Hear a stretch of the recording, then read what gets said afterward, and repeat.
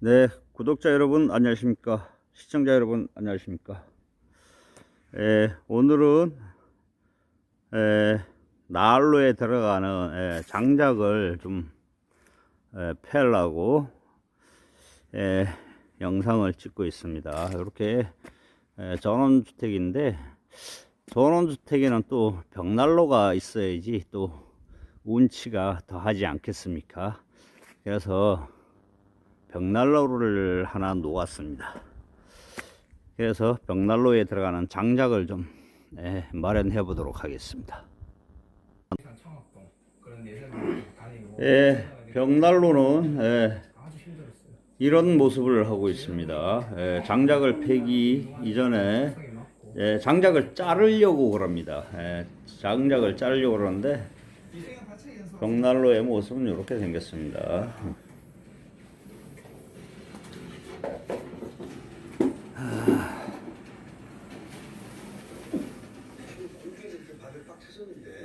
자, 벽난로 안에는 물이 잘 타고 있습니다. 자, 이제 아침이 되면 장작을 자르기 시작하겠습니다.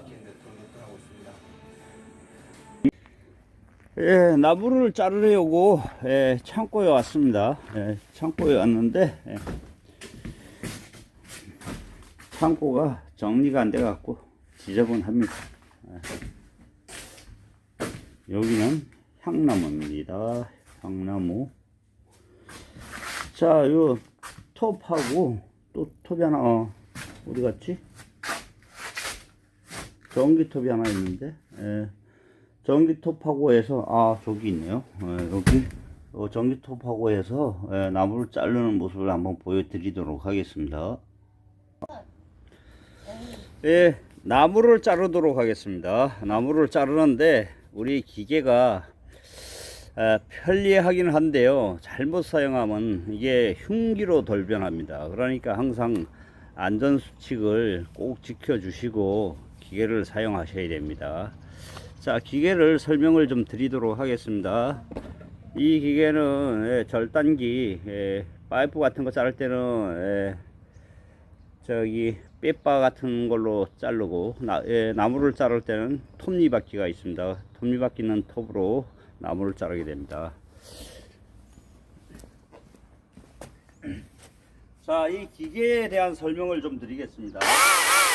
이거는 전기톱입니다. 전기톱인데 여기에 오일이 들어갑니다. 근데 오일이 없어서 저는 식용유를 부었습니다. 식용유를 부어도 상관없습니다. 그리고 항상 이 전선은 알 비유로 해서 이 전선이 잘리지 않게 해서 잘라야 됩니다. 한번 잘라 보도록 하겠습니다.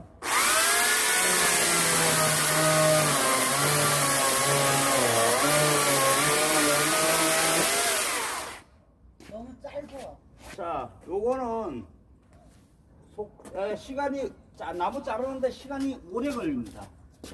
그리고 다른 기계를 사용할 때는 사람들이 와서 기계를 만질 수 있으니까 꼭 이렇게 스위치를 뽑아두는 게 중요합니다. 자,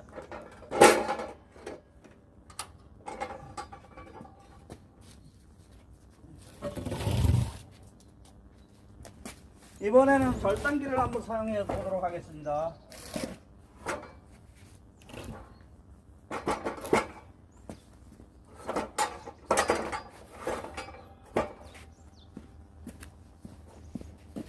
좀 길게 해줘야겠다.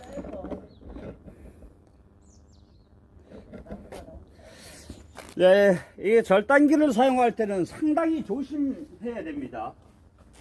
조심하지 않으면 큰일 날 수가 있습니다. 나무의 각도를 잘 맞춰주고, 벽에다가 딱 붙여야 됩니다. 나무를 한번 잘라보도록 하겠습니다.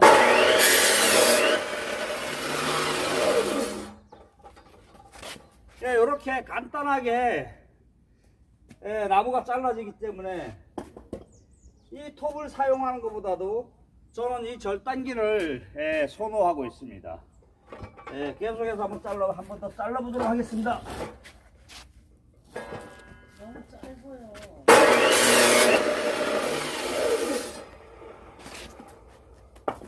네, 이렇게 속도가 빠릅니다.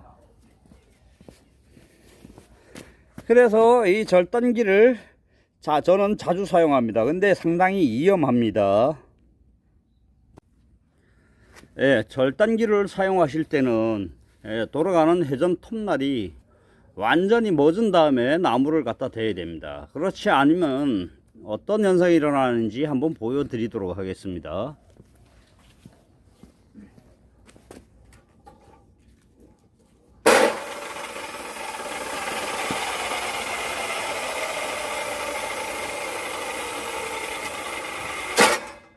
자, 이렇게 톱날이 콱 끼어버립니다. 이게 약할 때 이렇게 보여드리기 위해서 이렇게 천천히 돌아갈 때 이렇게 했으니까 요 정도지. 요게 톱날이 세게 돌아갈 때는 완전히 기계가 치고 나갑니다. 그래서 사람이 다칠 수 있으니 항상 톱날이 멎은 다음에 다음 작업을 진행하셔야 합니다. 자, 그럼 저 나무를 마저 썰어 보도록 하겠습니다.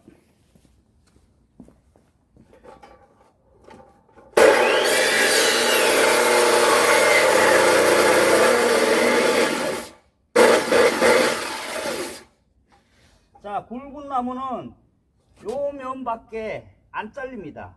그러니까 자르고 난 다음에 다시 뒤집어서 이렇게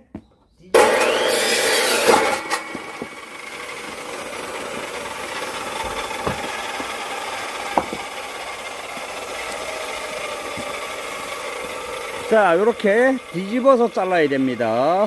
금방 나무 튀는 거 보셨죠? 항상 조심하셔야 됩니다. 자, 다음은 도끼질을 하기 위해서 세팅을 해 놓았습니다. 도끼질 하는 모습을 보여드리겠습니다. 자, 이렇게 사람들이 오면 꼭 도끼질을 한 번씩 해보고 싶어 합니다. 근데 사람들이 이렇게 여기를 때려야 되는데 여기를 때려 가지고 지금 도끼자루가 보시다시피 이렇게 다 파였습니다. 다 부러지게 생겼습니다. 도끼질은 아무나 하는 게 아닙니다.